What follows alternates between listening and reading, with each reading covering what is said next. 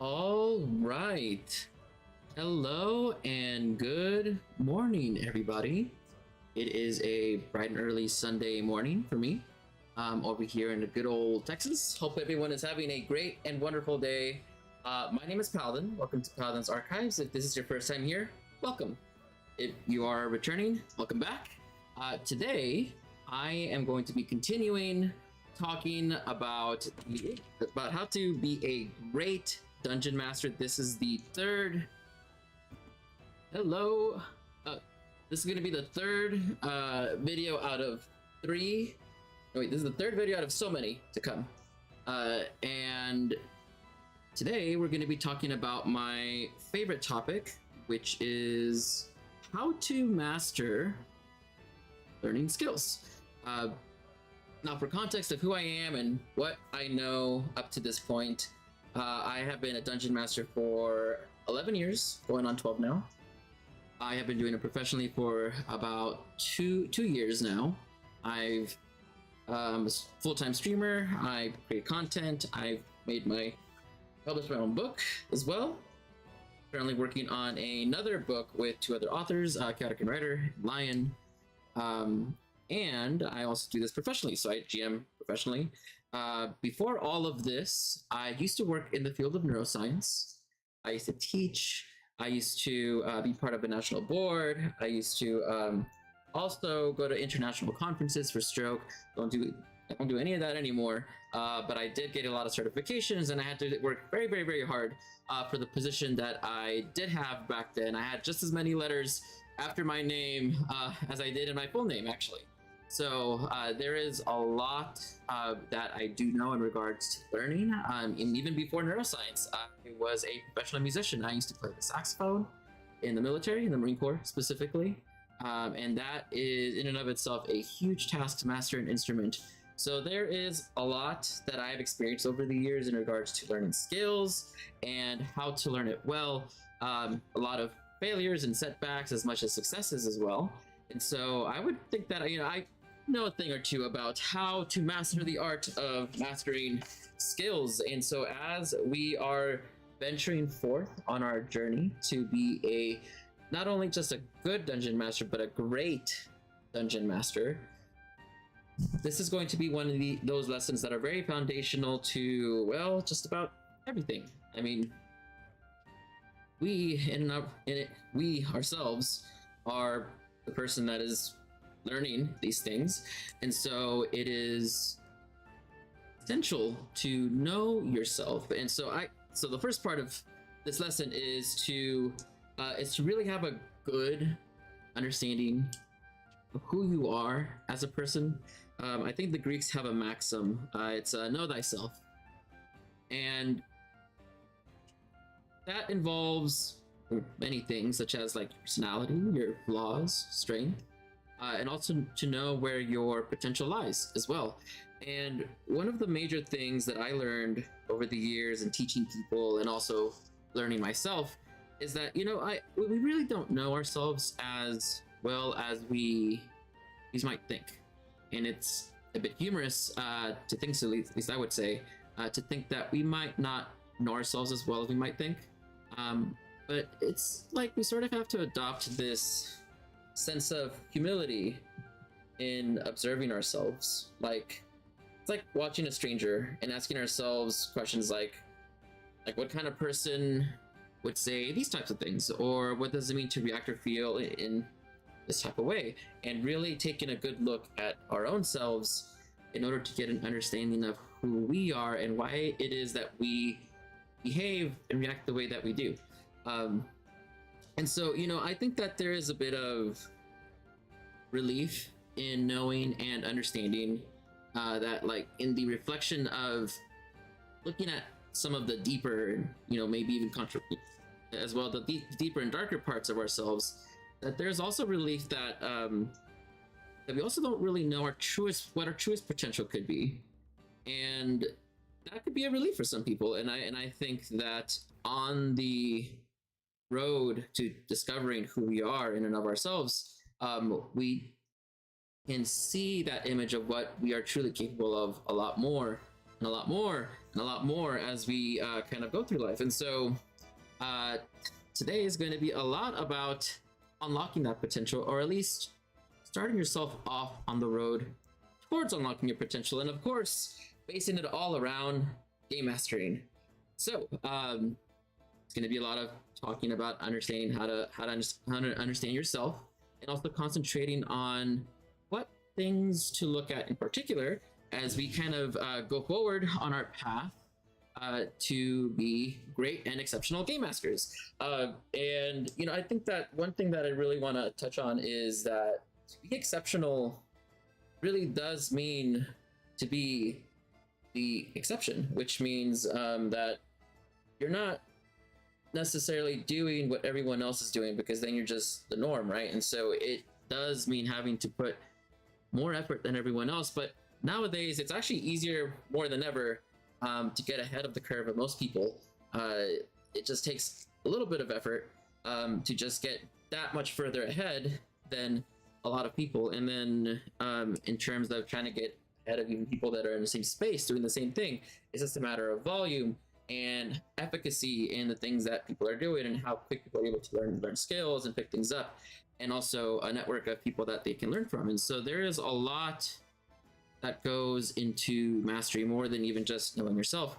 But first, we're going to start with ourselves, and then we're kind of build out from there. So why is it then so important to really know who we are, and using that in order to leverage ourselves further? Well, I mean, first off, we are the central person in any sort of situation where we're trying to learn and build ourselves to get further and learn and build our skills further so we can get better at something. So so to get a level of being really, really, really good at a skill, you really need to know what it is that you're capable of, but also knowing what it is that maybe you're not as good at, and like what your shortcomings are, and what things you maybe need to be rounded out a bit more.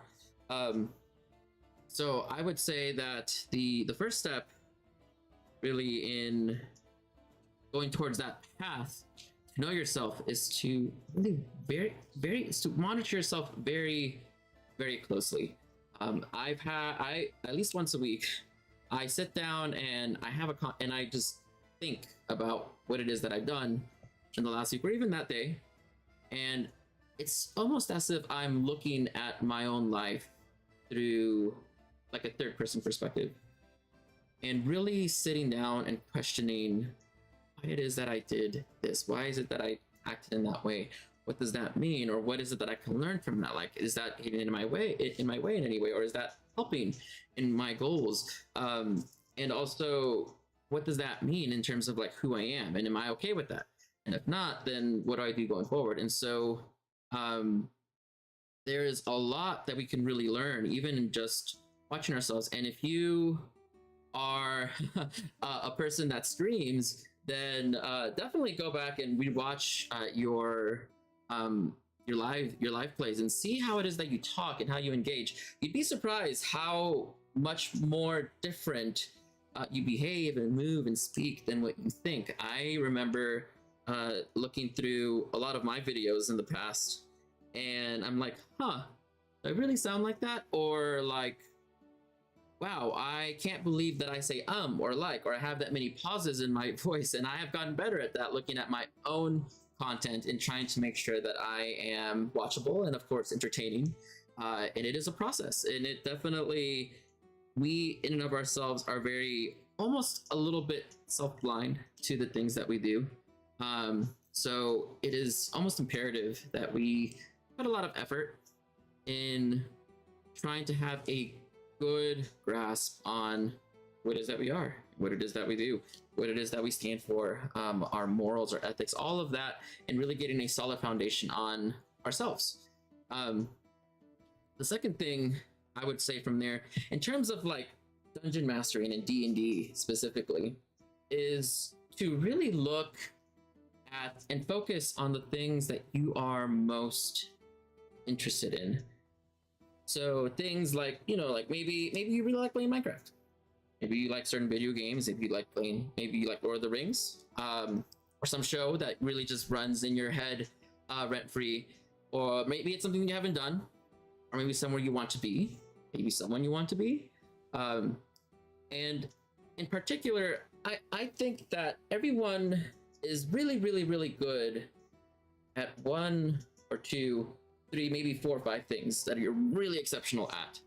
And I think that those are the things that to really kind of hone in on, because those are the subjects that really kind of comprise your greatest interest and your greatest knowledge, your greatest depths of skill.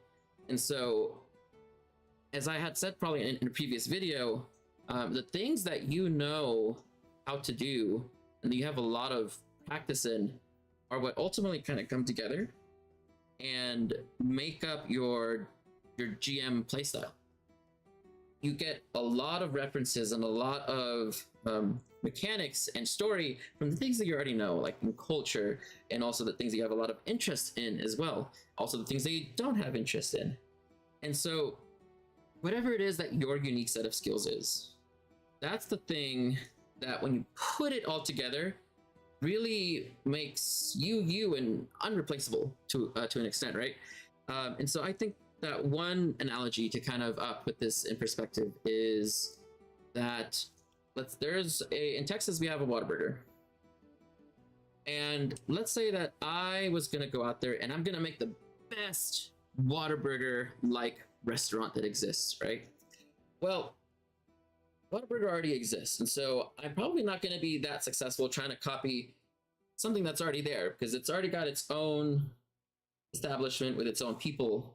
And I probably would be more successful making a combination of things. Maybe it's like a hamburger plus spaghetti hamburgers. You know, I might be the first and the best spaghetti hamburger place, but I might not be the best or exceptional hamburger location if I'm trying to copy someone else's work.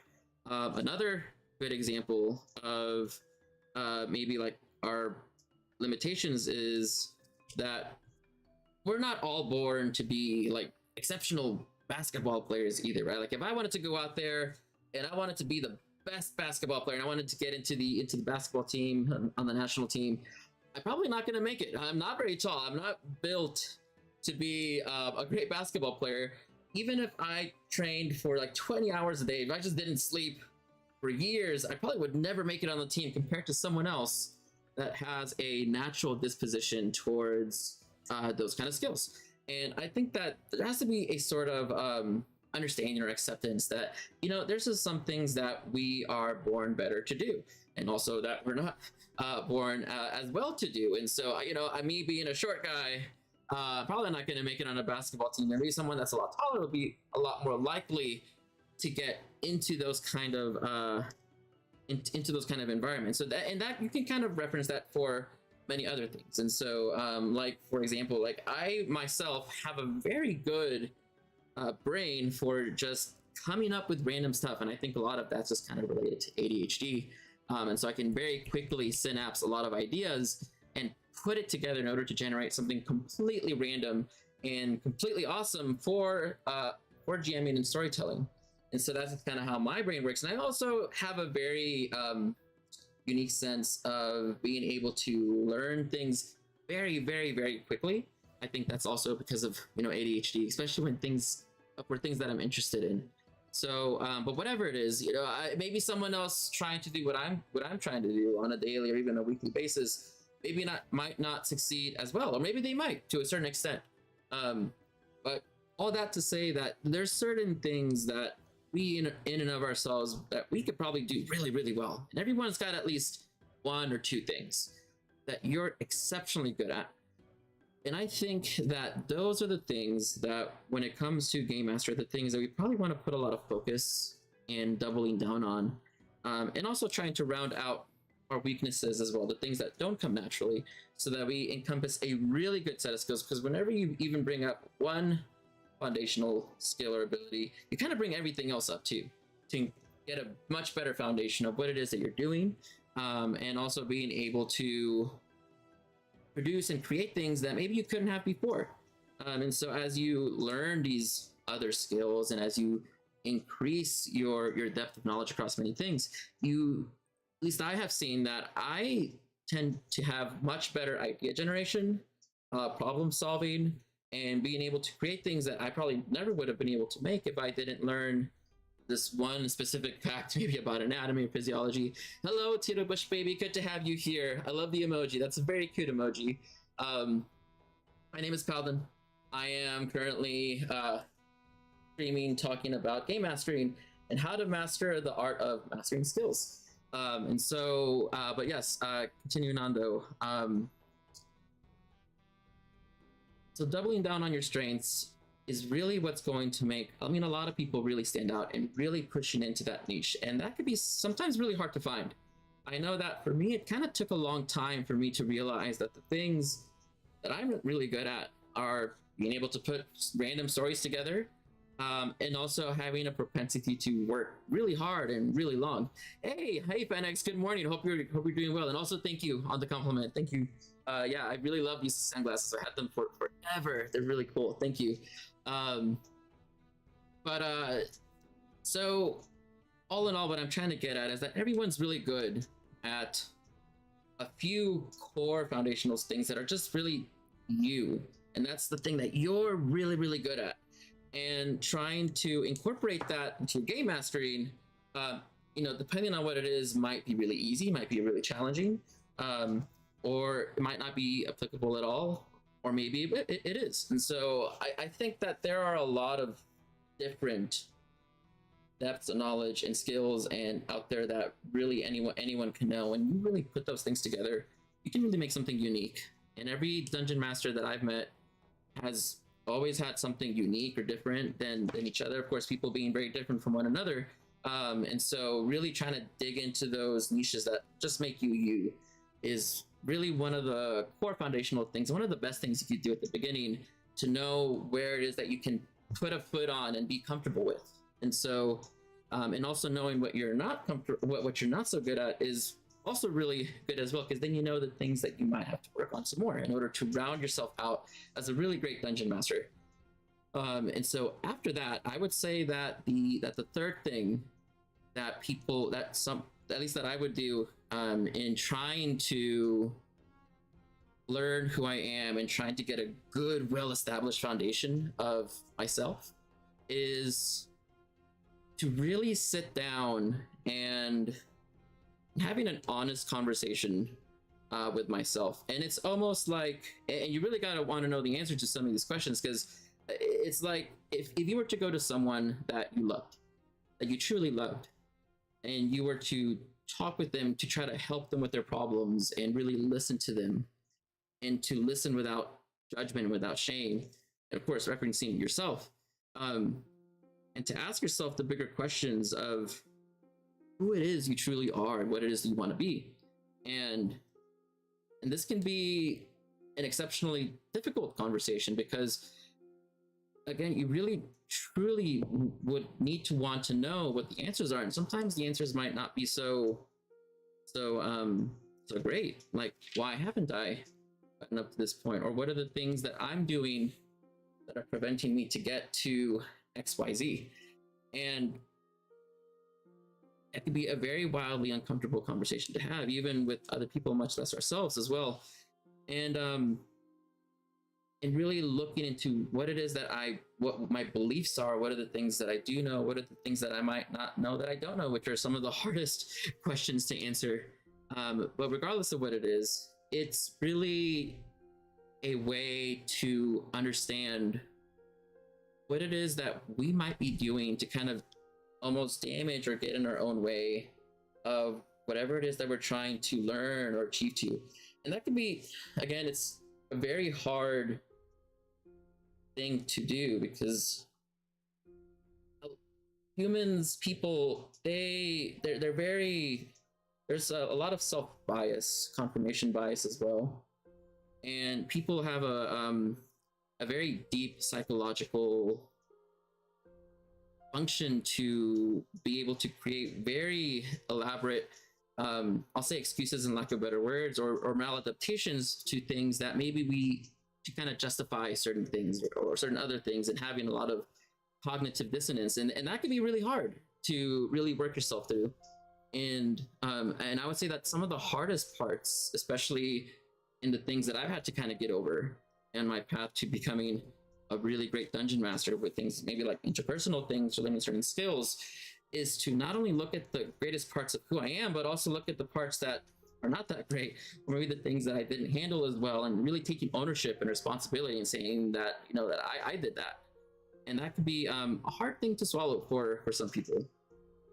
And so I think that on the road to trying to really leverage yourself to a higher level of mastery over skills, there also has to be some ownership over the things that are getting in our own way to kind of get to the next level of what we might be trying to get to. And I think that at first this isn't something that I think most people are going to run into a problem with. I mean, this is more something that comes later on, especially after habits kind of start to take place, and whenever we feel like we're stuck or we can't get past a certain skill level, and so keep trying and trying, but we just can't progress. And so those are the times whenever really that's when you should look at yourself and think like, what is it that I'm doing or not doing? What are the things that I might not be learning, or what are the things that I might not be doing as well? And just being really honest. And sometimes it just takes an outside perspective as well. So that's where having friends or mentors really helps exceptionally in order to kind of get past through some of those humps. And I think that those three things are already really three major topics in and of themselves. And I know that I'm kind of rushing through them because there's so much more that really can be said between all three, from looking and understanding yourself from an outside perspective, to asking yourself and looking at what your greatest strengths and niches are, to looking at the uncomfortable parts of yourself and seeing how you're getting in the way of yourself.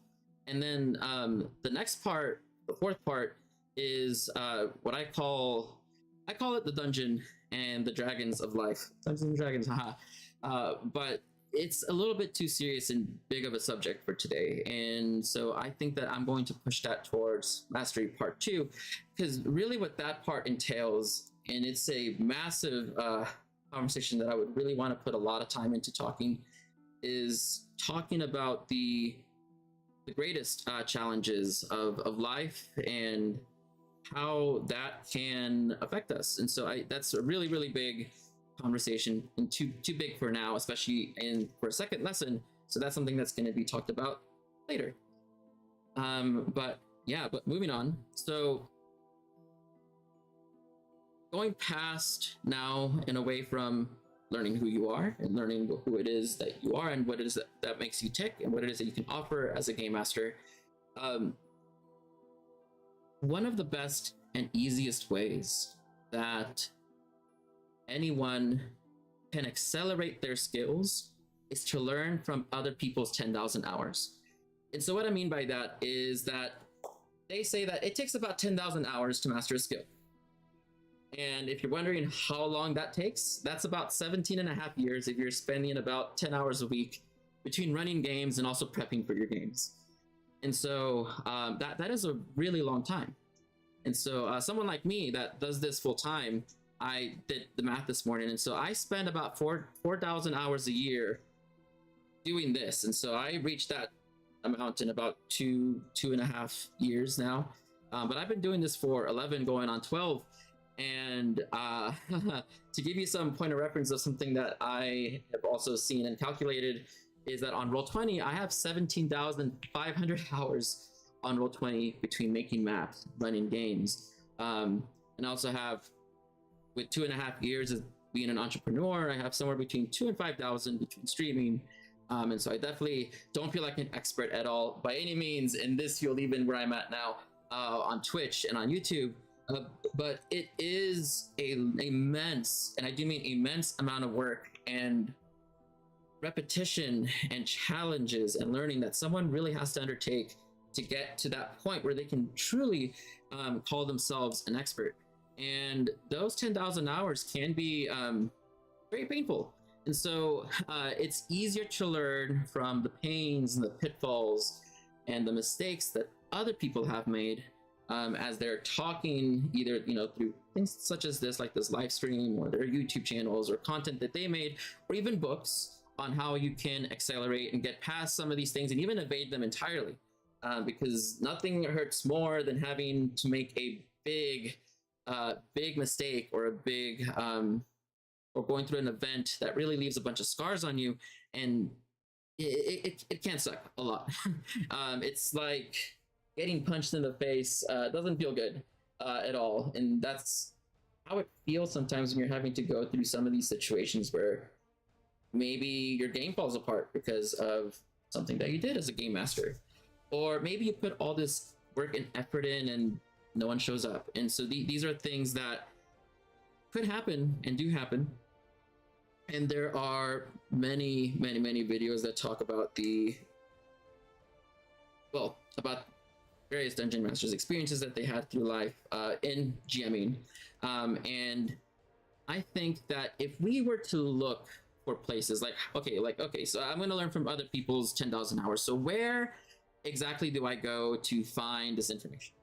And so, ironically enough, the number one source that I think that people should go to really learn what it is that other people might be doing wrong, maybe in the same situation or the same space, even if they don't have 10,000 hours, is to look at people that are just slightly ahead of you in skill, because those are the people that are the most reflected on where it is that you are, right? And so looking at people that are maybe a month, 2 months, 3 months, 6 months into GMing, or people that are very closest to your skill level, not big YouTubers or even streamers like me, or other people on the internet who have done this for years and years, because they're already past all of the beginning hurdles of GMing. And so the places that I'm suggesting to go look at for your number one source is Reddit. Reddit's got a lot of subreddits such as RPG horror stories, r/D&D, or even GM advice. And those are the places that people go to whenever they really either need to de-stress or really vent something out, or they got a problem that they can't really solve and just want some mentorship or some advice from other people. And so that is where you start to see a lot of the advice and wisdom that experienced dungeon masters give some of the less experienced dungeon masters, and how it is that these different people view certain situations. And it could be a little hard as well to kind of filter out what is good advice versus bad advice, especially when we're kind of looking at things through the biases that we have with the world, and trying to be objective can be hard. But nonetheless, those are spaces that people with a lot of skill or a lot of experience go to try to help other people. And what I've realized, especially kind of going through life, is that any really successful person is always very willing to give advice, especially if they're asked like, oh, how do I do this, or hey, how do I do that, how do you think I can solve this problem? And those are the people that we really would call mentors. And so mentors, of course, are people that we trust, that we see as being great teachers, that are great at listening and problem solving, and have been through some of the things that we're going through, and being able to go to as a source of advice on how to resolve certain problems, or if we're getting stuck in certain situations. And so and finding a mentor can be a little hard. And one of the easiest ways that I found that I could find mentors is being able to talk about the things that I'm good at. Because when it comes to the mentor-mentee relationship, well, first off, the wrong way to approach someone to be a mentor is to ask them for something. So it's like asking them for money and asking them to support your project, or asking them to do something for you. And so whenever that's the wrong way to kind of go about it. But people that are very successful are more than willing to share about their successes, or the things that or advice, or ways to solve problems. But more than anything, like, to have a consistent mentor-mentee relationship, there's this kind of give and take. And so being able to express like the things that we're good at kind of provides them some value, and there's some give and take of what it is that this relationship might be. And every mentee mentor relationship is going to be very specific to them. But that's one of the ways that I found that I was able to find mentors, just be very courageous in going up to people and being like, hey, how are you? My name is Paladin. I really admire you and the things that you do, and this is what I do. And then maybe if it's we kind of talk a little bit, and then maybe bring up like, hey, I see that you do this. Would you recommend I solve this problem? And more often than not, that's worked pretty well for me. And that's one way that you can go about finding a mentor. And even then, it can still be very hard. And sometimes what I've realized is that having one mentor is not enough. I need like many mentors in many different paths that have many different perspectives on things, not necessarily just in game mastering, but maybe also various other life things that kind of help holistically with everything that you might have going on with life. But in terms of game mastering, finding one person that you look up to, that you can trust, that'll give you really good answers and also help guide your path is one of the best ways that you can really accelerate your way forward, especially when you get stuck. The third source that I recommend for really learning from other people are guides. And so a mentor doesn't necessarily, or a guide, doesn't need to be someone that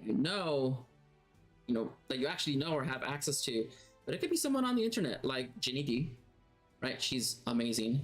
DM's Lair, GM Coach, Naomi, right? And so these are people that are genuinely there to help guide and give insight, and that have practice in leading people through some of these journeys to kind of get you from point A to point B, and also there to listen and provide content and ways for really recognition and insight for people to accelerate themselves from where they're at to where they want to go. And then the last and fourth final source that I recommend for accelerating your skills is reading. D&D is a game that requires reading textbooks, and so I know some people love reading more than others. But if you are a person that doesn't like to read, or you find reading hard because you might have dyslexia or you just don't like sitting down and reading a book for that long, you could also listen to audiobooks. You could also listen to people talk about the books as well. Sometimes, I will listen to YouTube videos of people talking about the book, and I can avoid reading the book itself almost in some cases, unless it's some really complex topic, in which case I'll read it anyway. But some of the books that I found that really helped me with learning skills are, two books is Atomic Habits.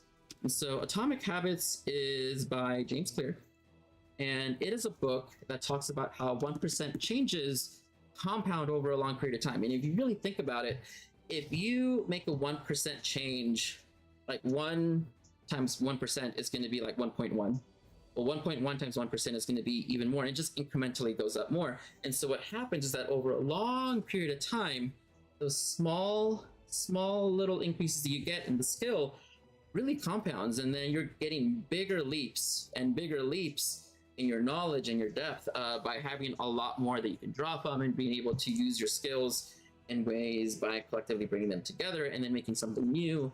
And so Atomic Habits, it's a great book. I definitely recommend reading it and listening to it, or however it is that you consume books. The next one that I really recommend, that I loved a lot, is the 80-20 Principles. And so this is a book by Richard Koch. And basically, the premise of the book is that 80% of your success is based on 20% of your work. And it really goes into great depth on all the different ways on how to maximize your effort and how to organize yourself so that way you can get the most out of what it is that you're doing. And I will say that, like, one of the things that I've realized is multitasking is definitely one of the ways, it's one of the biggest time wasters, actually. I read a article, I don't remember who it was by, but they had tested how long it takes to complete task A, task B, and task C. And so they had one group of people that were only doing one task and seeing how long it took them to finish. They had another group that was doing 2 tasks, and another group doing 3 tasks, switching between all 3, and seeing how long it took each person to finish all 3 tasks. And so what they found is that the person that switches between these various different things actually takes longer with the more tasks that they're switching between to finish everything collectively. And so basically what that means is that the person, or the way to kind of get a lot more done in the same amount of time, is to do one or just one thing for a very, very, very long amount of time. And that those efforts really compound on itself. And so the most effective or efficient way of doing work is to just focus on one thing for a very long amount of time. But the problem with that is that it's not like you could just sit down and, maybe some people can, just focus on one task for 20, 24, 30 hours. I mean, it's got to be focused attention that you're putting into things. And so anyway, 80-20 Principle, Atomic Habits, both really great books. I definitely recommend those. And I definitely recommend reading them sooner rather than later, because they really do provide a lot of good insight, and it would help immensely if you're trying to really get your skill going very quickly. Okay. I said a lot of things. I'm gonna take a little sip. Okay. So in terms of mastering skills, so far we talked about understanding yourself, and we also talked about learning from other people's 10,000 hours, other people's mistakes, so you can accelerate your growth and you can avoid the pain of failure. I think that the next thing that's really important to talk about is having comfort in the discomfort of learning, because learning is more than just learn and succeed, learn and succeed. It's also the failures as well. And so I remember one time I read another study, where there were 2 groups of people. Well, there were many groups of people, and they were all put to doing one really, really hard task. And what they found is that there are 2 main types of people. And oddly enough, in this case study that they were doing, this researcher were putting these people to do really hard tasks, and it would be a hard task and then a harder task, to the point that it would become impossible. And they were coming in day after day, and about 99% of their pool of people to study were giving up by the time they got to some of the hardest puzzles that were exceptionally difficult. And then they would come in the next day, and they would not even put in as much effort as they were in previous days, whenever the puzzles were a lot more solvable. But there was one person that didn't give up, and it was that person that the whole study kind of revolves around and kind of gives a lot of attention to, on why is it that this one individual, despite the fact that the challenges were like dang near impossible, he was the only one still putting in as much effort as he had on previous days, and not like de-escalating in his effort on solving the task at hand. And so really what it kind of came down to is as asking the question of why is it that you didn't give up despite it being impossible day after day? And his answer was that he really enjoyed the challenge of it. And so then the harder something was, the more encouraged this person was in order to kind of get through the task, really get through the challenge of what it is they were trying to do. Even if it seemed impossible, they took great pleasure in the failure and in the this pleasure of not succeeding at the thing that they were doing, because it was not about the success that mattered. It was about the process of learning and trying to accelerate their skills to get past the things. It was the challenge itself that really excited this person. And so what they ended up concluding from that is that there are 2 main types of people that really that really separate major groups of people in terms of how successful they are. And so this person was someone that was very motivated, and they saw the process of learning and success entirely different than this other group, which was more focused on the task itself. as opposed to the person that was constantly trying, which was focused on the process and the outcome at the end, and not so much the instant gratification of what they were getting. And so I thought that was exceptionally inspiring, because that is something that I definitely have seen a lot when I've taught people working in the hospital. People just being very beat up and very caught up in what it is that they were doing, and like, hey, I can't succeed at this thing, and they're just getting very deflated. And it takes a reframing of the situation to really bring someone around, and almost like greatly so, depending on how focused they were on the small things and the small tasks, to really look at the bigger, broader picture of like, hey, you know, you didn't succeed at the thing you were trying to do, but look at what you learned, and look at how, like, because you had gone through that situation, what you can draw from that. And now, even though you didn't succeed at the thing you were trying to do, you still won something, because now you won that little bit of extra information, that little boost of knowledge that's going to make it easier the next time, because now you have the wisdom of what to do and also what not to do and what to avoid, or maybe it'll push that person to kind of approach a problem differently. And so it just takes a bit of like reframing of looking at the situation to kind of really see the bigger, broader picture of what it is that's going on. And one of the things that I saw was Alex Hormozy. Really love the dude. He's fucking phenomenal. Is there was this cycle talking about the lifespan of a project that he was talking about. And the cycle is that whenever a person sets out to start something new, that they haven't done before, there is this initial excitement over the task, over, hey, like, this is something new, I'm really excited for learning this thing, and this is going to be really awesome. And so there's this initial burst of energy that people get starting out on a project and really setting out on it. And so what happens is that at that stage, they have a lot of uninformed competence. And so they don't really know what the skill entails entirely, or even with the road ahead. And they have like almost like this, you know, like ignorance is bliss viewpoint of what it is that they're about to go through.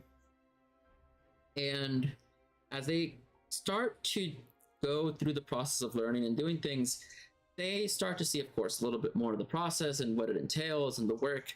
And so they start to get, start to come up to some problems like, oh, okay, I see there's this problem I have to get over, but that's fine. Maybe it's a small problem. So they kind of get past that.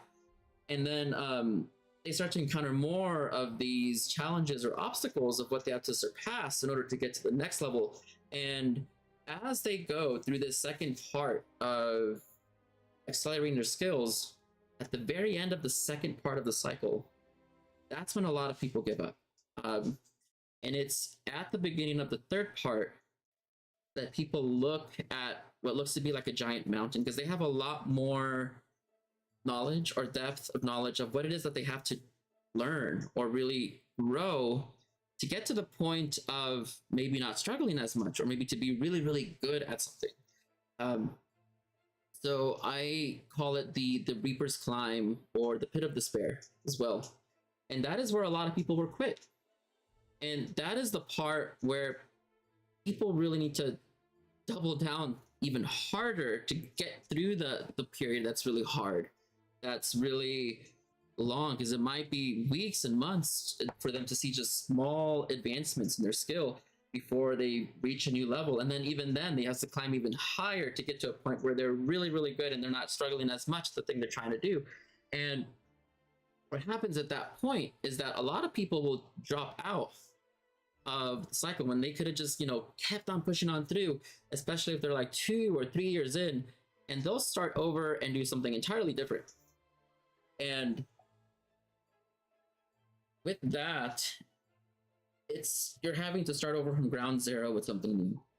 So when instead you've already spent 2 to 3 years on the thing that you've already built time, energy, expertise in, and so you're in a much better position to succeed going forward with the thing that you've already put a lot of time into. Whenever you start over on something completely new, the clock starts over again and you get to the same point. And so what is often seen, especially in the entrepreneurial space, is that people will start a project and they won't stick with it for very long. And then they'll have to start over. They'll start over with something new. They get to a hard point, then they start over something new. And this is the cycle and cycle and cycle. And that's also something that I would say that I've seen also in learning as well, especially when it comes to musical instruments.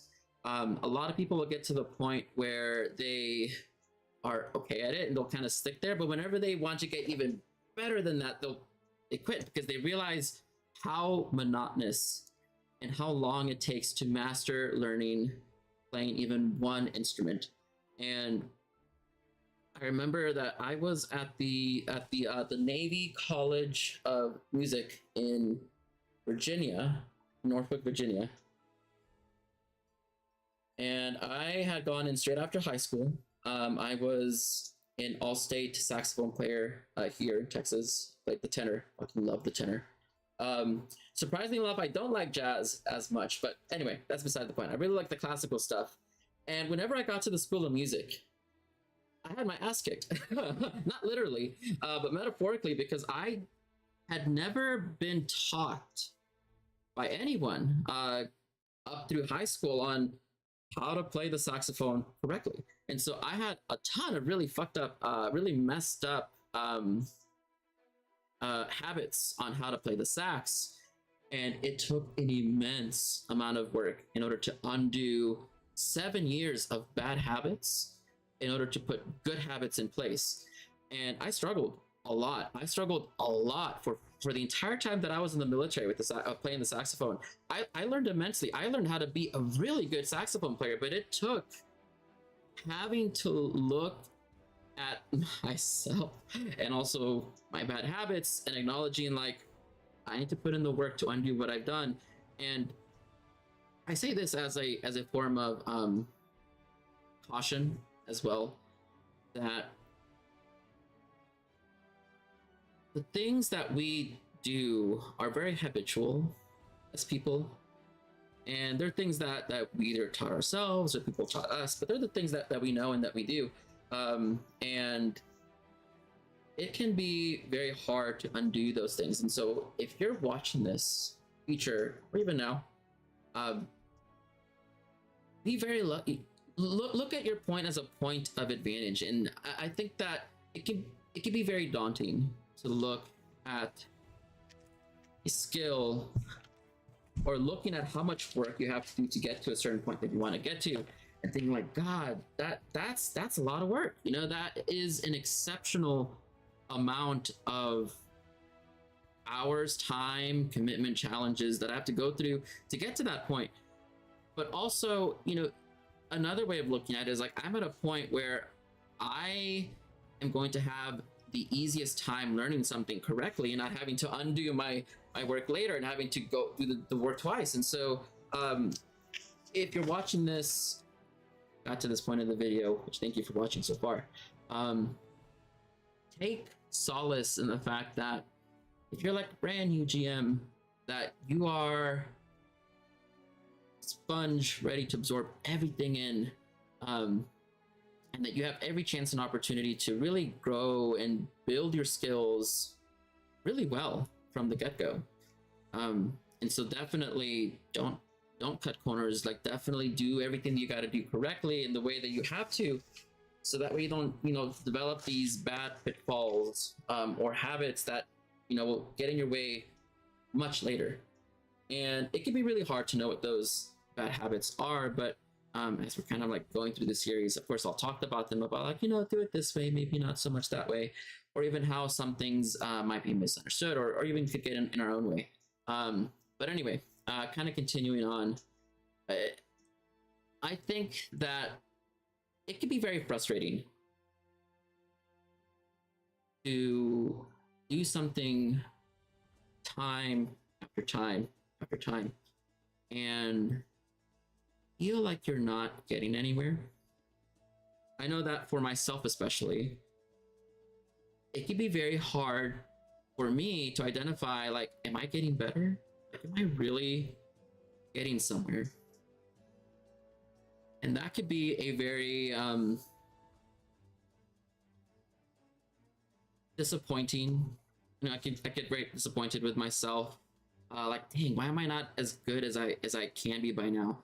And so, what's really helped me to kind of like combat some of those thoughts is to write everything down of what it is that I've done on a daily basis, even on a weekly basis. Like, hey, I ran this game this week, and these are the things that I did, or these are the things that I prepped. This is the things that I learned from that.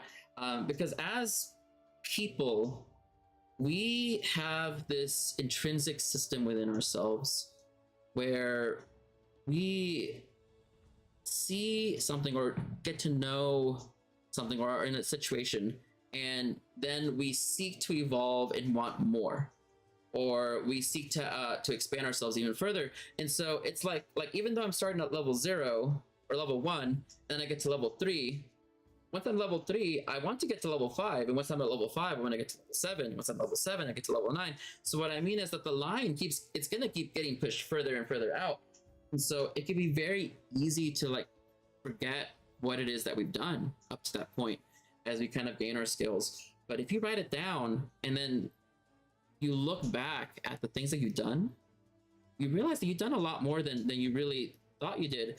And that's something that I especially have done in the last year for myself, being in the entrepreneurial space and doing this professionally, where every single day I write everything down. Every hour I take 5 minutes to write what I've done in the last hour. And whenever I look back and I feel like, God, I just feel like I'm not getting anywhere, I look at what I've done that week and I'm like, that's not true, because look at all of this. And so what I'm getting at is it's forming a line of evidence to prove to yourself that you are going in the right direction and that you are getting better. Even though in the day to day, or even in the hour to hour, it's going to be very hard to see because you're living it bit by bit. But whenever you start to look back and you look at it in weeks, months, years, you start to see the bigger leaps in growth. It's just that in the moment to moment, it doesn't feel like we're getting better.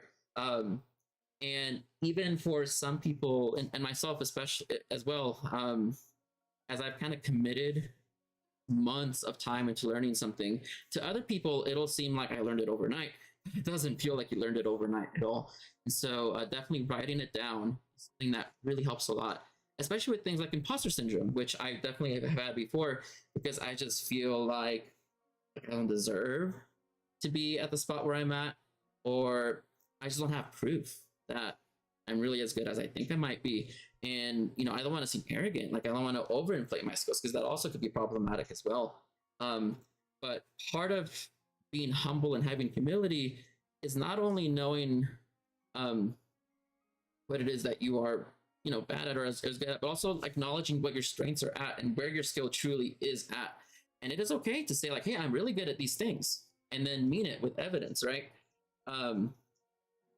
And it can be very easy to fall into that imposter syndrome trap. And so if you're like that kind of person that as you're learning something, you just kind of get to that point where you're like, man, I just don't know if I'm a good DM or I'm a great DM. If you're putting all of your effort into something and you are legitimately trying to learn, you're doing the most that you can do. And so there has to be a little bit of grace, especially in ourselves, to understand like, it takes time.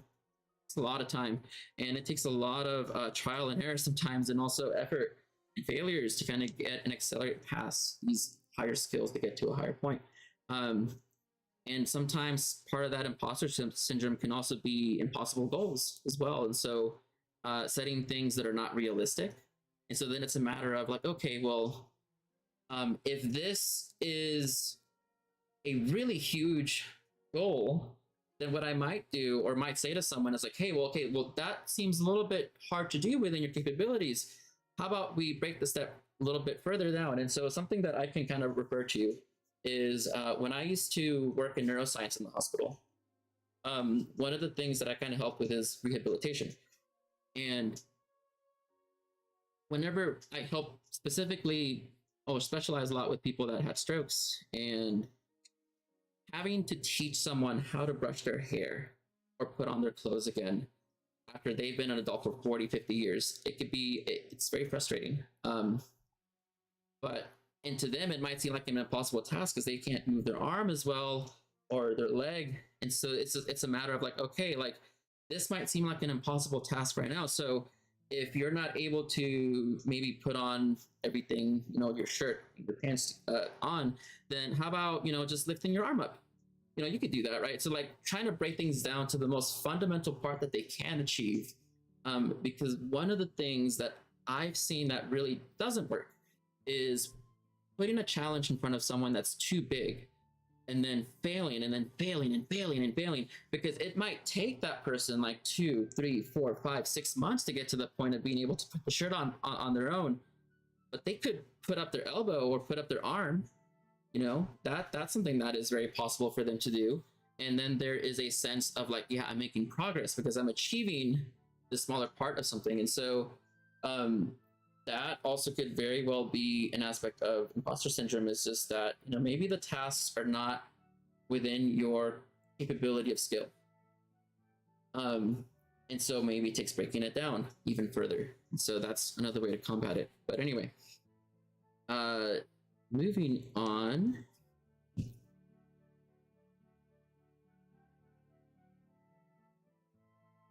So failing is going to be a very essential part of growth and learning. And so taking into context something that maybe we all relate to, I really love Dark Souls.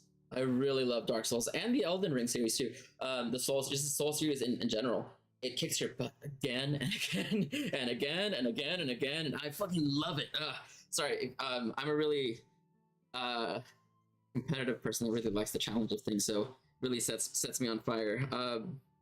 And if you've played Elden Ring, then you know that whenever you first come out of that first dungeon, there's that tree sentinel, right? It's the guy with the golden armor, right, on a golden horse. And that, in and of itself, is the most chef's kiss game development strategy that I've seen people put in. Because the thing about Elden Ring is that you don't have to fight it. You actually don't have to fight it if you don't want to. You can entirely go back and go, somewhere else, get stronger, come back, and then fight it later. Or someone like me looks at that thing and they're like, oh no, I'm going to beat the hell out of you, and they'll try again and again and again and again and again and again and again and again until finally they master how to not take any damage from it, and they kill it eventually, which is what I did. And that is just the most phenomenal piece that I've seen in any Souls series, because it really defines the thing that I was talking about earlier, where someone separating the two types of people, where people are looking at the short task versus someone that's really beating their head against the wall and enjoying the process. It is those people that enjoy the process of failing and the process of learning that really do accelerate their skills the fastest. Because it's not about the short-term thing. It was never about beating the tree sentinel. It was about proving that I can be really good at this thing if I just kept trying, and not getting mad, and just focusing, putting all my time and effort into it, because most people won't do that. And it excites me personally, knowing that other people will give up on that particular enemy. And it's just the part that really sets me on fire inside. Like, I could do this thing, and I could be part of the minority number of people that can complete this challenge. And that is something. I'm just a very competitive person. I've been my whole life. And very, very, very great example of something that just you really got to beat your head against. Again, that's not for most people, and that's okay. And because there are many different ways that you can play a game, Elden Ring, right? Just as much as there are many different ways you can play D&D. And so what I'm getting at with all this is that even though I am someone that's very much like, hey, I'm a very achiever. I'm someone that likes doing the hard things day after day. I won't give up and I'll keep getting up and keep going. That's not necessary in order to be a great dungeon master. So I just want to clarify that even though I'm like this, I'm not saying that you have to be this way or you can't be great. Not at all. Not at all. There are so many ways to define greatness and being exceptional. And but and some might even argue that there are an infinite number of ways that you could view the world and do things. But there are not an infinite number of ways that you can do something well, do it consistently, do it with your health in mind, and also do it to a point where other people are also going to be very happy and be a part of it as well, being collaborative, right? There's very few number of ways that are very, very successful, and of course there's a number of ways that are also successful as well. But all it comes down to is having the right mindset that you're gonna fail, you're gonna fuck it up. That's okay. And I found that saying those words to myself whenever things are not as ideal helps. Do it imperfectly. You know, if you're someone that struggles with perfectionism, like, I know I need to do a little bit more work on it before it's presentable. Present it anyways. 80% of your outcomes come from 20% of your work. And so, will adding all of this extra time on a map or mechanic really add that much more? Maybe it will. But you know, if you were already doing well up to that point, then adding this extra bit of effort in order to get even better really does not, it's not worth losing your mind over or beating yourself over if you don't get the thing done or if you don't reach the goal. And it's okay. You know, I set a lot of goals for myself on a daily basis, and I often don't complete my whole list. I'm very, I try, but I definitely don't try, but I definitely don't get everything done on my whole list for that day. And that's good because then I have a more realistic setting of like, okay, like I know that I wrote all this down and based on experience, probably gonna get this much. And I know that even though I make the list as long as I do.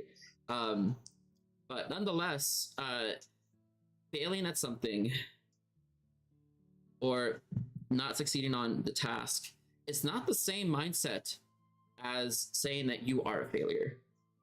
Those are very different. Failing at something versus having the mindset of being a failure are entirely different. The only time that anyone really truly ever fails is whenever they stop trying and give up on whatever it is they're trying to do. Because at that point, progress has stopped. There is no more progression forward to do the thing that they're trying to do, and it's done, it's over, it's finite, right? And so, and a lot of reasons why people give up and stop trying, it's because their mindset is, again, it's based on the wrong thing, and their value is put in the things that are gonna have a higher chance for them to give up. And so one thing that I definitely think has been a great mindset that I think will help incrementally, immensely, is to measure things on the long term. And the longer that someone can delay gratification, and the longer that someone can go without expecting a reward, the greater their outcomes will be. And I really have lived that many times. I studied these, I don't want to take them off the shelf, but these giant neuroscience books for months on end without expecting a reward. I didn't expect anything from my job. I just went home and I studied every day, and I went to work and I practiced what I learned. Would go home and I study, go to work and I practice, rinse and repeat. And I fit somehow years and years of neuroscience knowledge into my brain, and I passed the fucking national examination board to be neurologically certified. Something that people with 1-2 decades of experience could not do in my same field. What I'm getting at is, if you're at a point where, man, like maybe you had a really bad session. I have a friend, won't say names, but I have a friend who started out DMing, and I really feel for him. I do, because I know what it feels like to have a really bad session and to feel like you're not a great dungeon master. Specifically, he was DMing and one of the players just up and left. Didn't say anything. It's the middle of whatever was going on, and it really got to him, to the point that he quit dungeon mastering altogether. So, and it was really discouraging to see, because I know how excited he was at the thing. And I know what it feels like to feel that way. I kept cheering up. Okay. Try not to get emotional. I know what it feels like to feel like you're not good enough. To feel like external, like people that are around you make you feel like you're shit at the thing you're trying to do. And maybe they're right. Maybe you're not great. I mean, especially if you're starting out. I think we have to acknowledge that you're not going to be great starting out at something new. And that's okay. Put in the work so that you learn the things correctly in the right way, and accelerate your skills, get to where you want to be. But it's going to take time. It's going to take effort. It's going to take failure. It might be painful at times, but just pick yourself up and keep trying. Because what else are you going to do? It can be very easy to point at others, or very easy to blame on something else. It's harder to look at a situation and think like, what is it that I contributed to make this outcome be what it is? How can I prevent it from happening again? And that can be very hard to acknowledge and take responsibility of, but it is those difficult conversations that are necessary in order to get where you need to go, because guess what? Nobody's coming to save you. Sometimes most people don't care. This is life. Sometimes there will be people there, but they're not gonna fix you. Only you can fix yourself if there is, anything that you did cause, and that could be very hard, very difficult. And I've lived that cycle of fixing myself and growing many times. And it's just something that is necessary to move forward in life, and not taking pity on ourselves and doing our best to try to do the best that we can do, even in game mastering. In my early days of being a game master, I didn't know what the fuck I was doing. I had never played Dungeons and Dragons before. I'd never picked up a D20 before. And when I was a little kid, I heard about it. I heard about it on TV. It was around that time whenever it was a bit more obscure and underground. So I was like 7 years old. I told my parents, like, hey, I want to play Dungeons and Dragons. They took me to a toy shop. I think it was Toys R Us. Of course, they didn't have it. It's a book, right? So I was like, oh, okay, is this one of those things on TV? Until 2012, when I saw that it apparently was real. Dungeons and Dragons is real. And now, 12 years later, I'm here. But in those early days, I'll just say that I didn't know what it meant to crit. I ran a game for people in the military before I got out, and I signed up for a game online, and I was like, okay, well, I'm going to run my own game, because people in real life, my coworkers are not that excited about D&D, so I'm going to find other people to play with. And I played with people that knew a lot more than me, of course. And every time that I saw, well, on Roll20, whenever you roll a 1 on anything, doesn't matter if it's a D64, it shows up red. So all I knew was that when it came up red, it was bad. It was a fumble. Okay, that's bad, right? And every time I saw green, which happens when you roll the highest on any die, I was like, oh, that's a crit. So I was ruling crits and fumbles on every one, and on every red and green a number that I would see. And I remember that the player in that game, he was getting frustrated because he was like, "That's not a crit. That's not that," and it was really intimidating. I In the middle of the session, I wanted to quit. I was like, "Okay, like this guy's almost yelling at me. Like, is this not how it's supposed to play?" I didn't know better. Um, and so all that to say, like, for my friend, like I know what it feels like to get your ass kicked and to be told and feel like you're shit. But if you're hanging around people like that, it's better to toss them to the side and find other people that can be more supportive and help you grow. Tons of people out there.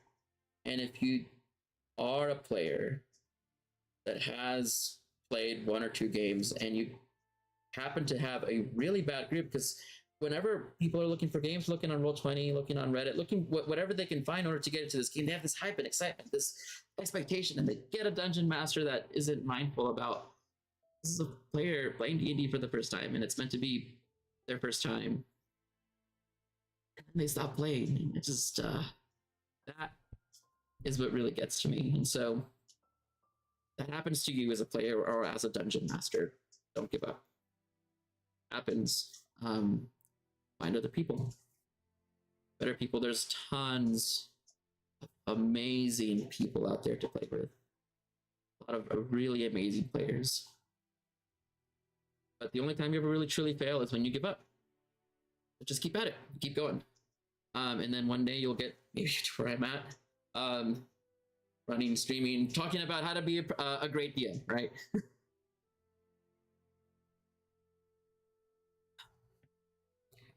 But nowadays, I measure success and being able to overcome challenges in not in days, but in years and hundreds, more so than anything. I measure like, okay, I'm going to do 100 videos. I've now streamed over 100 live streams on YouTube. It's amazing. That's an achievement in and of itself. So if you're watching this from YouTube or on the Twitch side, yay, it's a little celebration achievement thing that I'm very happy about. And I'm just going to keep going, but it definitely, in the early days of streaming, I was not that great. I got very lucky with the marathon to beat the world record. I'm getting off topic now. Getting back on track though. Measuring things in hundreds and making the goal something bigger and a longer horizon, and seeing and taking fun in the challenge, or seeing the task as the means or the vehicle to get you from point A to point B, can be daunting, but also fun. It's about the experience and the journey, not the destination, right?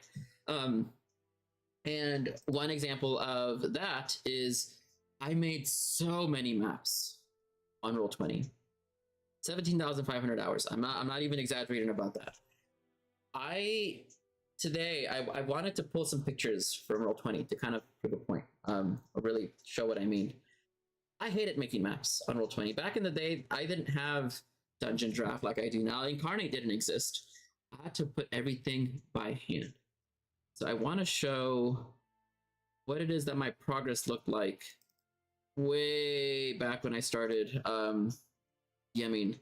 And so I found the very first map that I ever made on Roll20. Let me pull it up.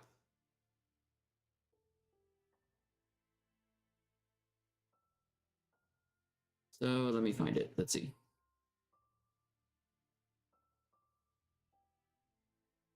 And this is something that I found to be very, I was surprised. I remembered it to be very different. But nope, not at all. Apparently, the map was not as great as I remembered it being. Where did I put it? I put it here somewhere. Oh no, don't tell me it got lost. Okay, hold on. I saved it as like new map or something, or old map. Just a moment here.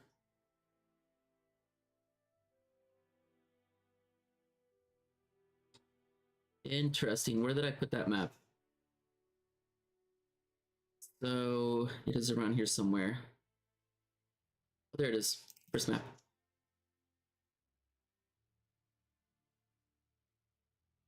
There we go. It's very small. Let's pull it up higher. So this is the first map that I ever made. It is the first map I ever made on Roll20. Look at that. Look at how beautiful it is. I put a look. I was mindful enough to put a little pond outside. I'm trying to remember what it is that the story was. They were supposed to meet here, and I think there was some sort of murder situation. Like someone got murdered in the back, and they were trying to figure out clues as a way of like getting the party together. I remember it took way too long, and I didn't know what I was doing. Again, with the ones with the fumbles and the crits, and that is the first map that I've ever made. And this is the second map that sorry, not the second. This is the last map that I've ever made on Roll20.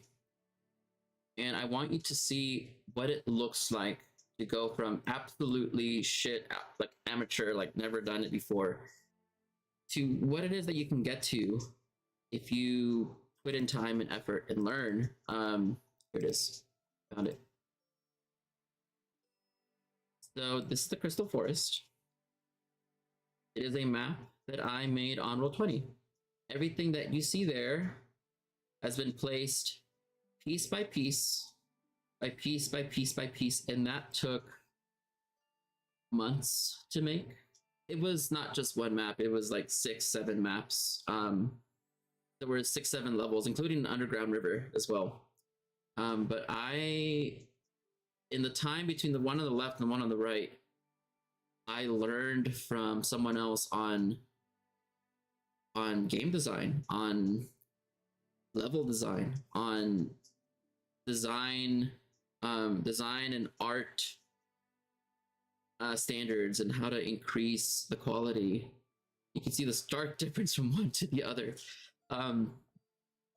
And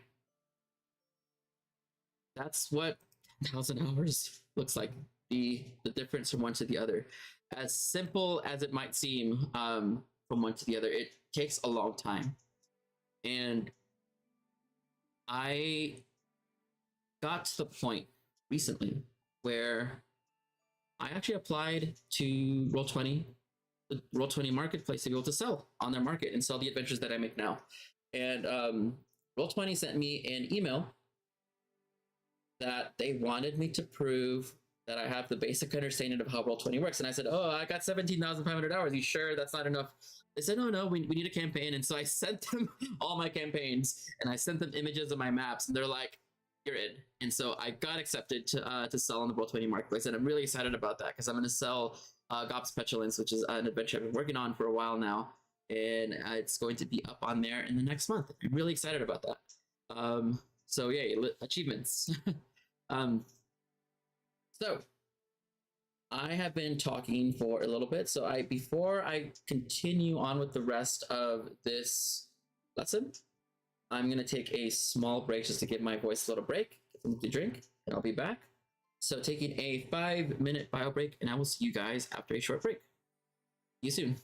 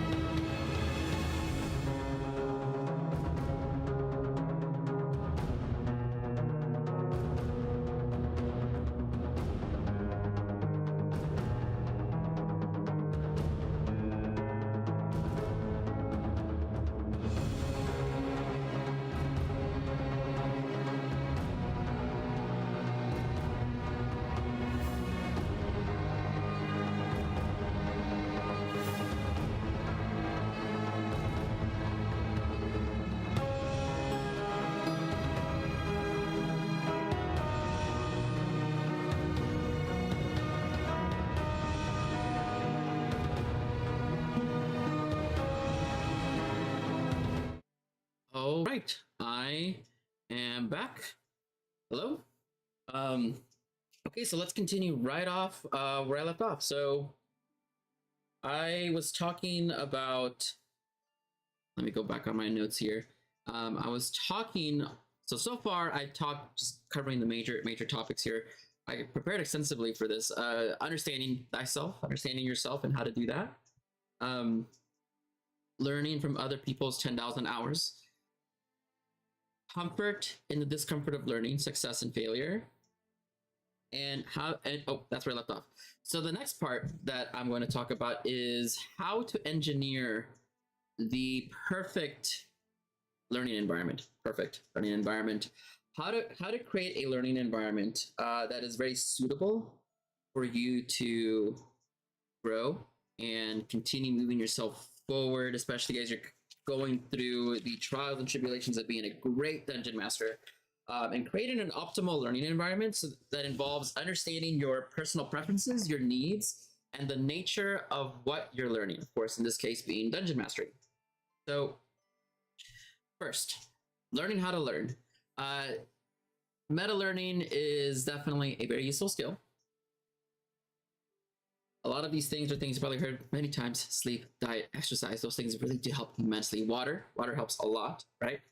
One of the things that I've learned through neuroscience and psychology is that learning something in the same place that you're going to be recalling information later is really helpful for you to absorb and recall information actively later very easily. So let's say that you're going to take a test at school, right? And you're studying for an exam. You're much more likely to remember things on your exam if you study in a very similar environment to where it is that you're going to take your exam at. Weirdly enough, when I was studying some of the harder aspects of college, I actually studied in the same room that I was going to take the test in for anatomy and physiology, because I was really bad at it. And it helped immensely. It really did help. And I sat in the exact same chair that I would take the same test, and I could recall information really easily. That's an extreme. But what I'm saying is that if you are dungeon mastering in person, then practice in person, right? If you're going to be dungeon mastering online, then trying to study or learn your stuff at the computer, of course, makes a lot of sense. Do one task at a time and don't multitask. Whenever you switch between tasks, you waste a lot of time. And time is something that we don't have a lot of. And so being optimal with what it is that you are doing and choosing the right things to get you the most outcome for what it is you're trying to go towards is a skill that is very useful. Take breaks whenever you're doing long bouts of studying or prepping, and try to recall information in the same day. If you're learning something new, especially, take a walk outside in the sun and try to actively recall what it is that you are learning in order to emphasize and solidify content into your mind. Exercise helps immensely in this, in active recall. And if you are studying something exceptionally difficult, take a nap right after you're done learning. That actually puts your mind into a state where it's better able to encode and store memories into long-term memories, as opposed to short-term, which lasts about 30 seconds to 30 minutes. So taking a nap and going to sleep and studying later in the day and then going to bed actually has been shown to increase your length of time to retain knowledge and being able to recall it as well. One of the harder things for learning how to learn is tricking yourself into loving to learn. If you're someone that has been through school and you just hate learning, there are ways to actually get yourself into a genuine interest of being able to learn new things, such as making challenges for yourself, putting pressure on yourself, though pressure can be a negative influence for some people. Surrounding yourself with things that you enjoy, that you can relate to that one thing that maybe might be hard for you to learn. Forcing yourself to just like it, as weird as that might sound, it actually works. And yes, so those are the different ways you can trick yourself into liking something that is very hard or maybe you don't like as much. Another way that you can learn fastest is to try to recall information from the previous day as soon as you wake up. Writing it down by hand has been shown to also encode memories a lot better than if you were to type it. And teaching someone else also is the best way to try to retain and learn information as well. And so those are all many different things you can do in order to try to learn something and retain it for a long-term memory. Um, Creating challenges for yourself is essential with iterations that make sense for you. And so what I mean by that, by what I mean by challenges, is that you want to choose something that is at the very edge of your capability to succeed, but not overwhelm yourself with. And so you're going to be learning mostly from games that you're running, of course, and then also things that you're studying as well. And so it is essential that whatever games that you're going to run, that you're building them or choosing games to run for the point of learning or trying to learn certain aspects of DMing.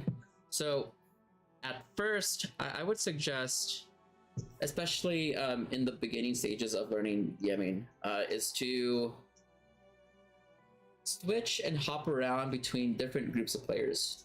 Try not to commit to one group if you can. Of course, if you want to play with your group of players, that's completely fine as well.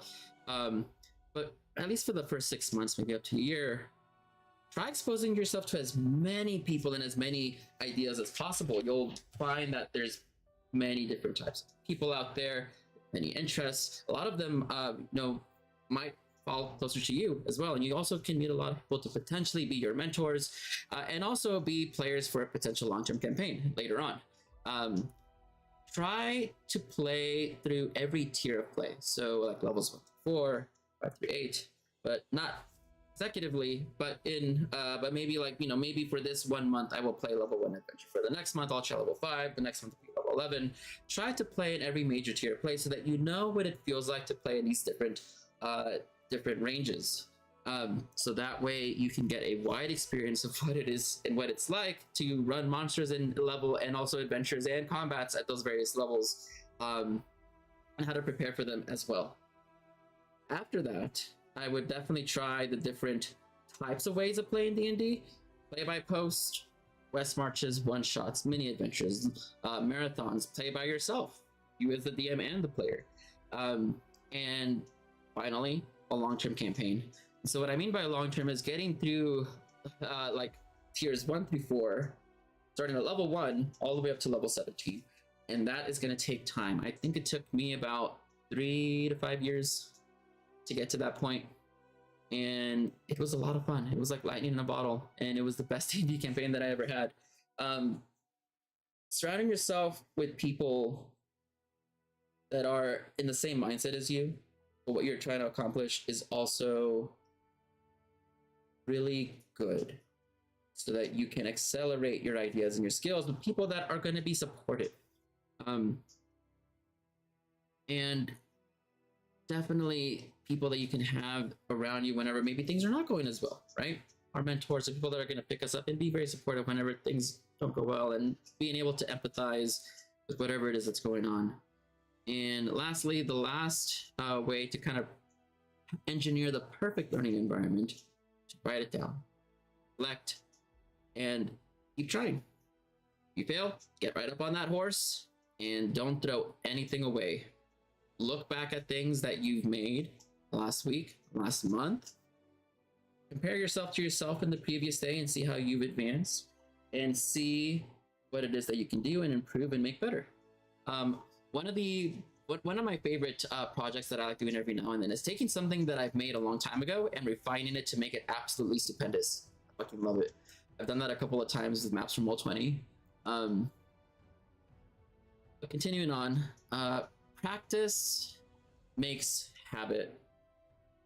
Introspection and meaningful change strives towards perfection.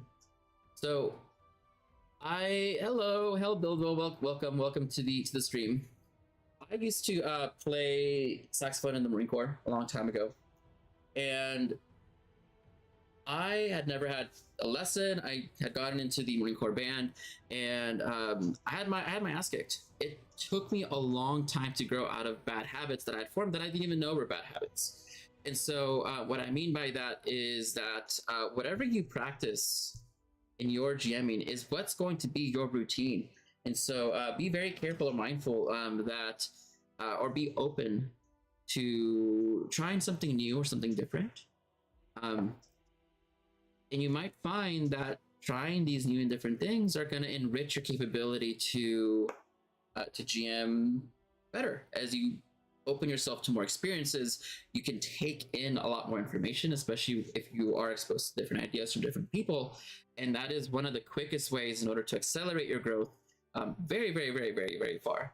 And so definitely writing your notes for your prep, make your maps for entirely all the way to the end, follow up on your adventures, write your ideas and analyze things that you made and write it down, review your work, and more than anything, just be consistent and trying to also at the same time be very kind and forgiving to yourself, especially when you kind of go through those periods where things might be a little hard. Practice makes habit, and introspection is what is going to lead you, or looking at how you are doing things in order to change the things that you're doing in order to make better habits so you can have even better games, and then inspecting yourself again, making changes, running better games, having better games. And so this is the rinse and repeat thing. And then aside from that, the very last thing that I'm going to talk about as we are coming up to the end of this lesson is how to aim to learn and not succeed. And that might seem a little weird because we want to succeed, right? But it all depends on what it is the success is about. Trying to put yourself in the mindset of like, hey, I'm new at this and I'm going to not be that good is really good, because then that sets you up for being okay with having bad experiences and knowing that, they're going to happen. There is not a single person out there that has learned a skill that has not eventually done something maybe not as well, or maybe had a bad experience trying to learn something, maybe they didn't learn something as well, or it went badly. It's normal. That's completely normal.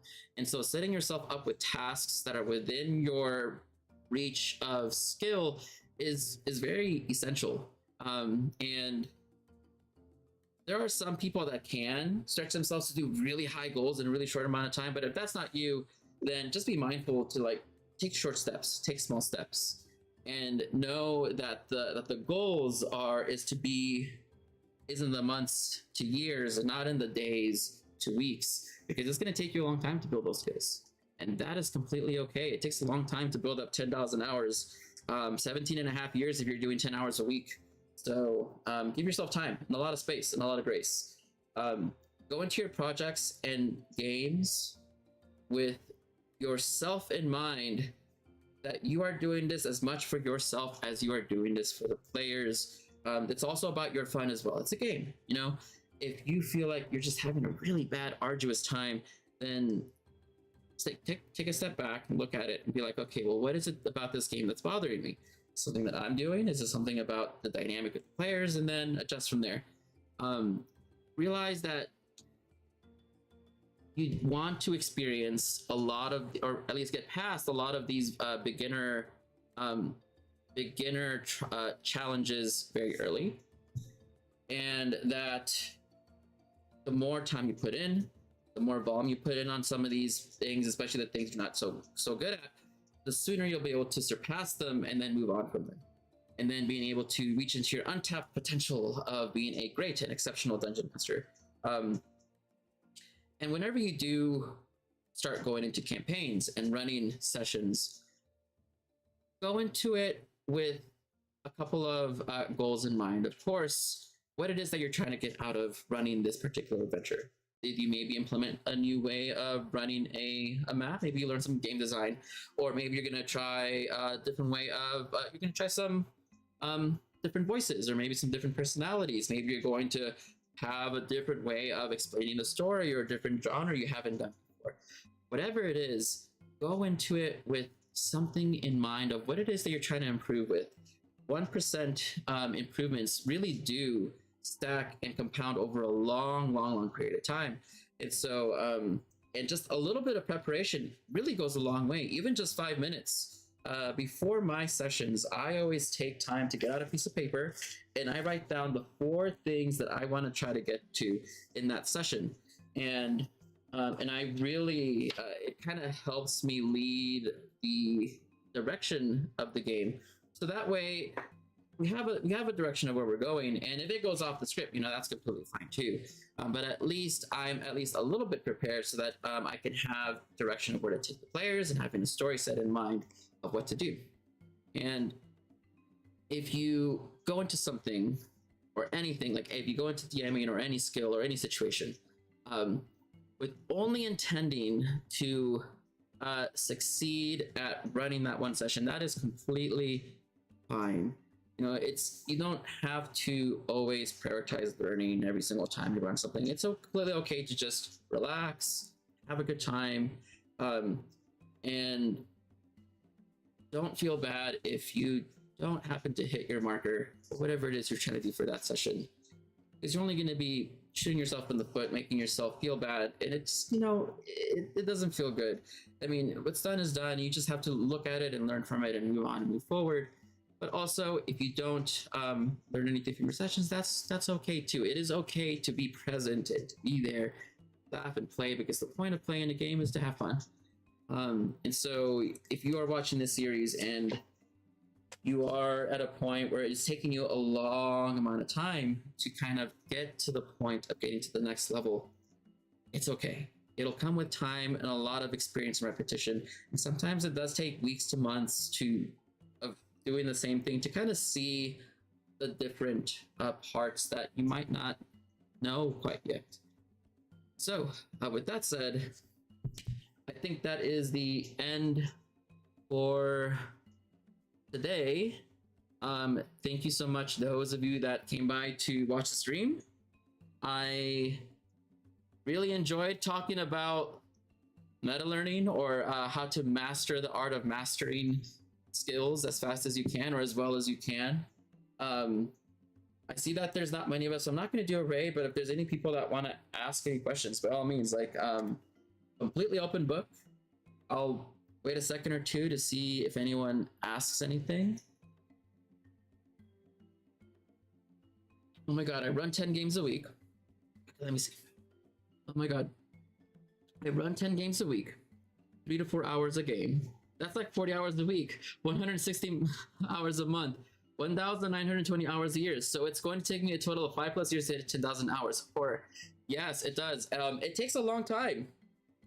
It's a long time. It is a lot. I mean, even right now, I do this professionally full time as a dungeon master in 4 years. Yeah, 4 years actually is really, really fast. Most people do about 10 hours a week, which takes about 17.5 years. So hey, you're doing well. You're going 4 times faster than most people. So that's good on you. Also, I'm very happy to see that you play so much D&D in a week. That's a full-time job right there. I'm glad that you like it a lot. I really like that. Really love it. Would love to hear more about what kind of games you run. I'm a paid DM. Me too. Yes, me too. I also do this professionally. I work about 10 to 16 hours a day, so I do somewhere like between 4,000 to 5,000 hours a year, which is a lot. That's a lot of time. I really dedicate myself to this all day, every day. So I love it. I wouldn't do anything else. Before this, I used to do neuroscience, and that was a different beast altogether. So this is I don't see myself doing anything different. It's definitely something that I do see doing very, very long time, especially as I'm developing and writing things and running games. And yeah, it's a very rewarding experience. But I'm glad to hear that you're a professional DM as well. I've seen you around. I would love to chat about it sometime. Sure. I can put my Discord here. It's always nice to connect with other professionals. It never hurts to network and know people. But yeah, I would love to hear about what kind of stuff you do and what it is that you do with your games, and sharing, anything you want to talk about. Definitely a very, very open book in regards to what it is that I do on a daily basis, or really around here. But yeah, no, good to meet you, Buildwo. Definitely good to have you here. Let's see. So This was fun. Nice way to wake up. Yes, definitely. Well, I'm glad that you're having a good time. Yeah, it's been this is the third episode out of many. Oh, West Coast. Okay, nice. Texas here myself. So definitely center Central Standard Time. This is the third episode out of so many that's going to be talking about how to become an exceptional, really great dungeon master. I imagine the series is going to take somewhere like 3 4 years in order to get from one to the other because it takes a long time to go through that, explaining everything. And so today was a lot about understanding how to master skills in general. Have you seen Is Friday Stuffs? Is Friday Stuff? I don't think I have. Actually, let me look it up. Who is Friday? Amazing teacher. Oh, awesome. Let me see. Is Friday. The name is Friday. It's Friday. Okay. Okay, I see. Yeah. I see them on YouTube. I'll give them a follow. Definitely, there's a lot that goes into learning skills and being able to keep on to something. And one of the biggest things that I was talking about today is like how to continue on forward with something. I mean, one of the things, especially like with new skills that I've seen with anyone that kind of gets into the space, it can be very challenging to learn something new. And whenever people kind of get through parts where they start to plateau or start to have some challenges, it can be very hard to continue forward, or finding how to get past the challenges, or how to be okay with whatever might be occurring. So having that mindset is a big part of being able to go forward and continue and learn even when things are not going as well. It has been number one in SPG so many times. Really, I didn't know that SPG had a ranking system. I was not aware that was a thing. I think. Let's see. I didn't know that they rank people under. Have to look into that. I wonder where I'm at. Wonder if I have a number. Definitely, I will definitely look into Is Friday. Definitely a good time more research. Or like when you find yourself at the top of the recommended. Oh, okay, I got you. Yeah. SVG is very it's a great website for promoting different games. Well, I mean, you're probably on there as well. And they definitely do a good job of promoting games that are going on that day in and of itself. And definitely, oh, I see what you mean, like the finding the game masters section. Yeah, there's a lot of great people here. Definitely will look into their content whenever I get more of a chance. But I've been on SPG for about a year now, and it's been a really good time. I've met so many great and wonderful people through there. I haven't had a chance to play in any other Dungeon Masters games though, even though I give people the referral links. So I got like a good chunk of money just sitting there. I'm like, I'm not sure when I'm going to use this because I only ever DM. So it's just sitting there. I play in 3 games a week. That is fantastic. That is fantastic to hear. It's definitely something I want to do as a player. I definitely want to be a player in someone's game. It's a little hard nowadays. I balance a lot of my time with currently, I'm an author, so I've like made my own book, and currently working on establishing and creating more like passive income with writing adventures. It's a tax write-off.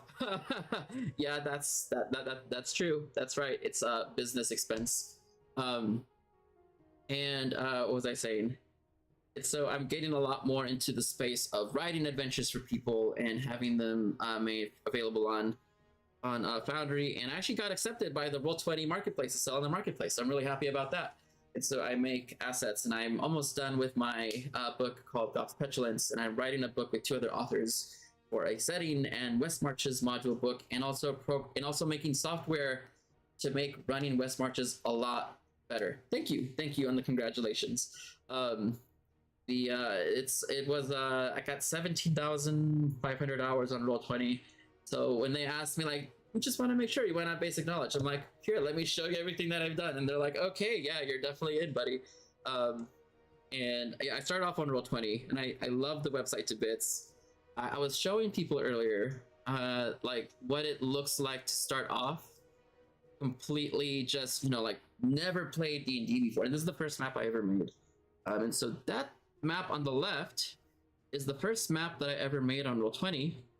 And on the right, that is the last map that I ever made on Roll20 about 10 years later. And so you can see the massive difference in quality from one to the other is astounding. And that's what it looks like to build skill over a long period of time. And I point this out as an example that it takes a lot of time to get to 10,000 hours to be able to make something like that. I've always wanted a way to push roleplay in a West Marches. Yeah, there's a lot of things that can be done for roleplay. I mean, any session can always include roleplay. So I guess it really depends on what it is that you mean. I suppose, like, you mean, because there are a lot of challenging aspects that come down to West Marches. I mean, just the way that West Marches are naturally ran with so many people, it can be very hard for players to connect together, having so many different players to go on adventures with, and then having consistency of their story in and of themselves. And that can be very challenging. Any West March I've ever joined was lacking RP. Really, I find that really interesting. I guess I'm not surprised at the same time. For me, like, I love West Marches a lot. I've been in one or two that I've kind of been and just kind of see how they run. But I think that West Marches need a lot more support. And so that's why I want to make this whole software system, to make management of a lot of these systems automated. Because whenever you get to like even just 10 people, it really becomes very admin heavy. And so having a computer that can do all of the work for you, you can focus more on the stuff that matters, like the RP, right? Creating the small moments that really matter a lot to people. And so I want to be able to help people. And so I started working on the software for that. And interestingly enough, I do have a West Marches starting up next month in June. And so what I've done on this channel is that I've led 73 other people, including myself, to break a world record. And so we played the longest continuous session for 440 and a half hours straight. That's 18 days straight, playing Dungeon of the Mad Mage.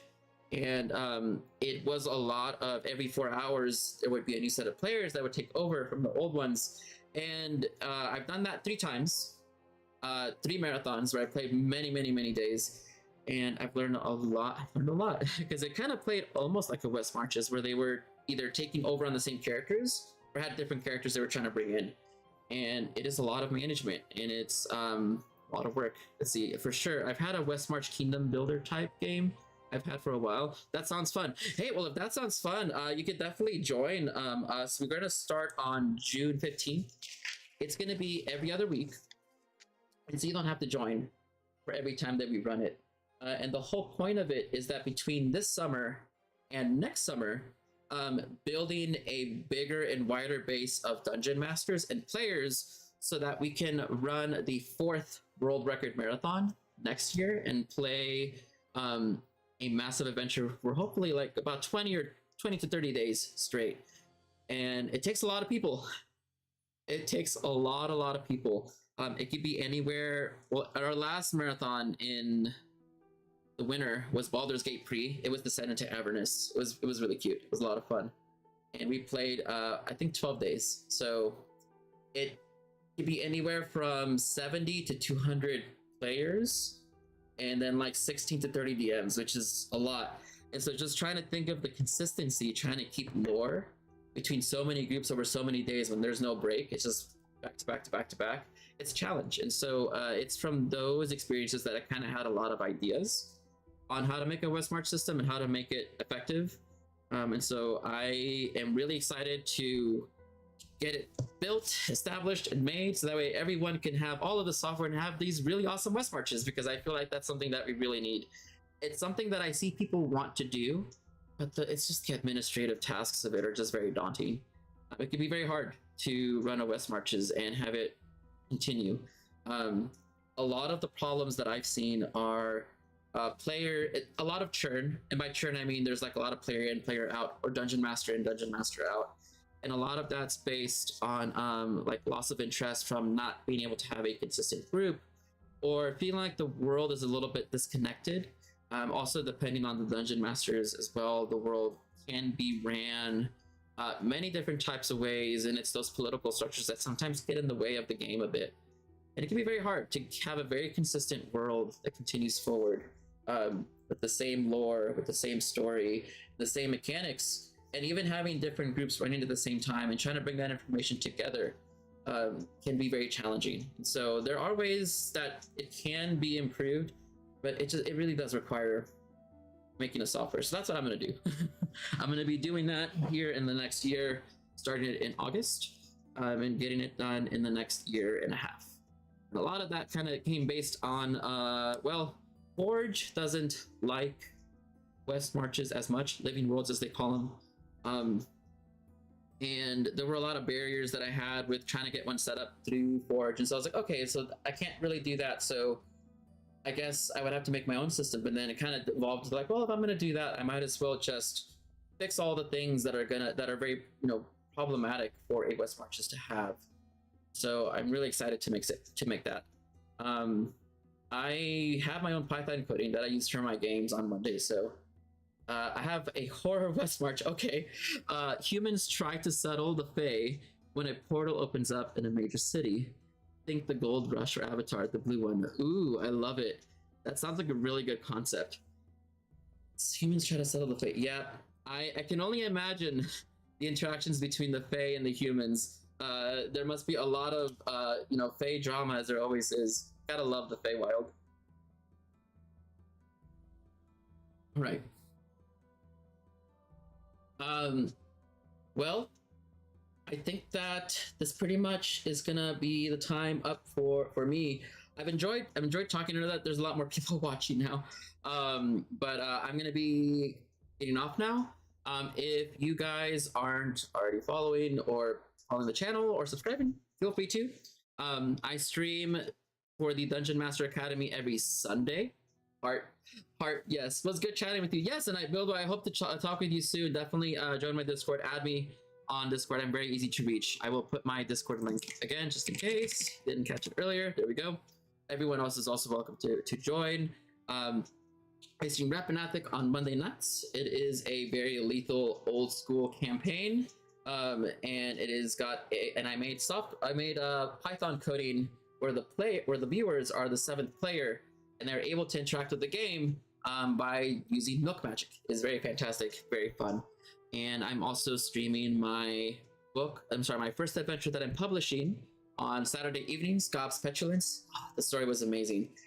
You're also more than welcome to come and follow my YouTube channel. You can see the old streams and see how games run on those days. You can even see the stream from yesterday, which was a lot of fun. So, hi Minty. Hope you're having a good morning. Well, I'm going to be getting off now. I will be doing a raid. Let's see who's on. Let's see.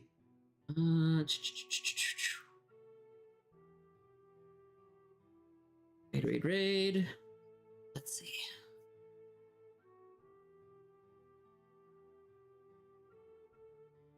Let's go do a raid to Hellspawn. They are a good friend of mine. I hope you guys have a wonderful day and a wonderful Sunday. And I will see you all hopefully tomorrow or whenever I do. Have a good day and adios.